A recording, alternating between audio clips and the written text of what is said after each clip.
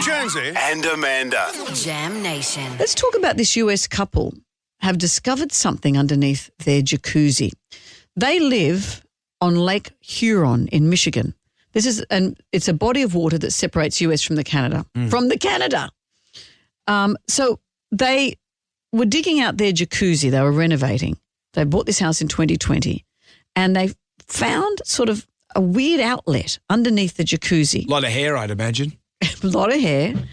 The Wookiee was living there. They found underneath a water-filled room when the jacuzzi broke, and they connected this then. This, they discovered, was connected to a huge body of water by a 6-foot pipe. And when I say body of water, they scuba dived to discover where it went. So this jacuzzi, underneath the jacuzzi, was a big tank, like a giant chamber with water in it. They scuba dived in the river and found the other end of it, which was a part of a huge tunnel system. Right. So they said what they think is that this was used for prohibition. The smuggling of the liquor. Yep, the prohibition era. So this is a 6-metre deep bootlegger's tunnel beneath their house that was used for smuggling alcohol. I wonder, getting the booze into the house or out of the house? Probably both. Apparently a century ago, this area, Lake Huron and the adjoining St. Clair River, were critical waterways with boaters and crime syndicates to bring in bootleg alcohol from north of the border. Amazing. This area was responsible for 75% of prohibition activity, according to experts. And they said that many of their neighbours apparently have the same thing, have these big water chambers and tunnel systems under their home. But how brave are you to say, there's a water system, I'm going to put on scuba gear and swim through it? Oh, The fact they even had scuba gear. Oh, I assume they rented it. It wasn't just, hey, you just don't go down to Bunnings and rent the scuba gear. Yes, you go to a scuba place and rent scuba gear. Well, you got to have your dive master's ticket. Oh, okay. Presumably they did. Well, don't be frustrated. Presumably they did. What are the chances? Well, they live on a lake. Maybe they're those kind of people. Lake people. Lake people. People that live on the water, they're all weird. Have you ever found anything interesting when you're renovating? It's funny you mentioned that. One time. You found a dive ticket? When I was living in Brisbane, we got a house in Balmoral. Nice little suburb in Brisbane. And as I was moving, the landlord, he was just showing me around the place, and we're moving out a cupboard.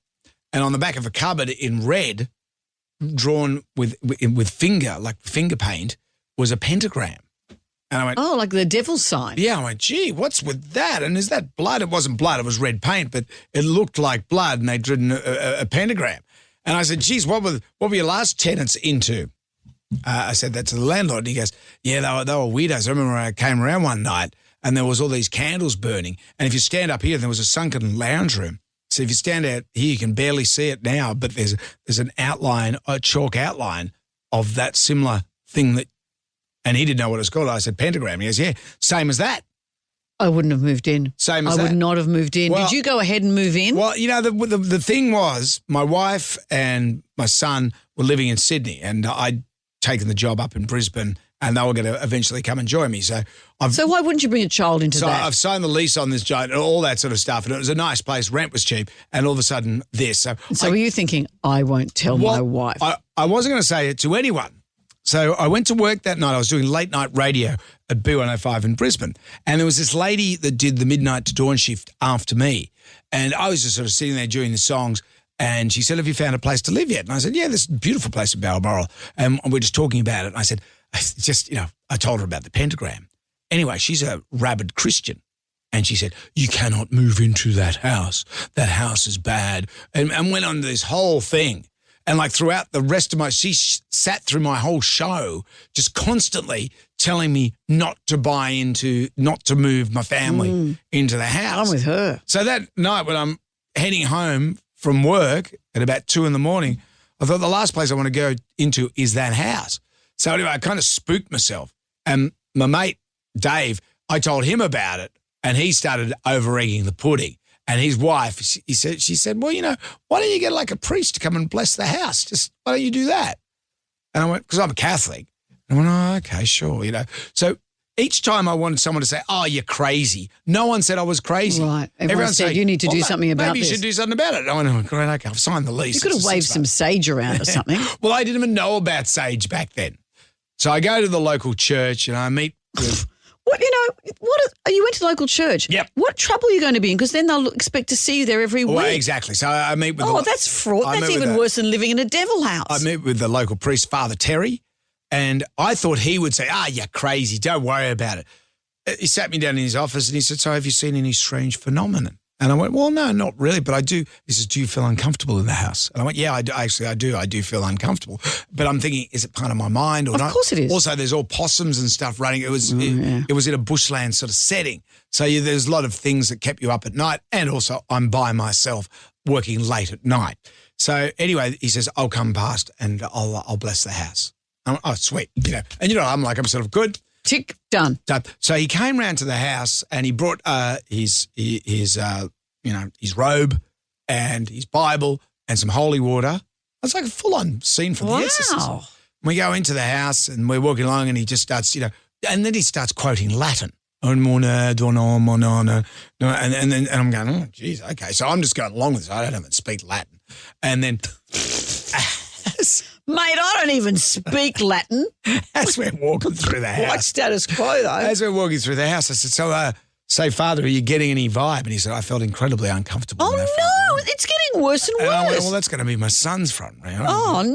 Well, I thought, better put the kid in the room than me. So yes, there are monsters under the bed. He could go into there. At least you can tell him they're fake. It's got cold running monsters, mate. Forget a trampoline, you got a monster in your room. Anyway, we go downstairs and there was, and I thought it was a great workbench. And Father Terry looks at me and says, that's an altar. And I went, what do you mean? He goes, that is a church altar. So you can see here's where the sacristy used to be and all that. And I went, and he said, who were the people that lived here? And I said, were they just students mucking up or something? I don't know. I don't know who they were. And so anyway, Charles Manson. So he did the blessing in there, but at that point he said, anyway, I've got to go. And then he just ran off. Like, not run, but he was quite up for the chat before that. But as soon as he saw the altar, gone.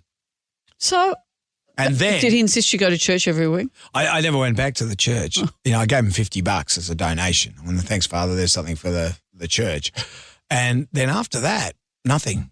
I didn't feel uncomfortable anymore. So that worked for you because it's a head game. And if it can work for you, that's great. Yep. That would have wound me up even further. Yeah. That would have upset me even more. Yeah. The fact that no one said this is a joke and that he took it so seriously, I couldn't have stayed there. And did you tell Helen this at the time? No. Oh, no. Are you joking? No, I kept that.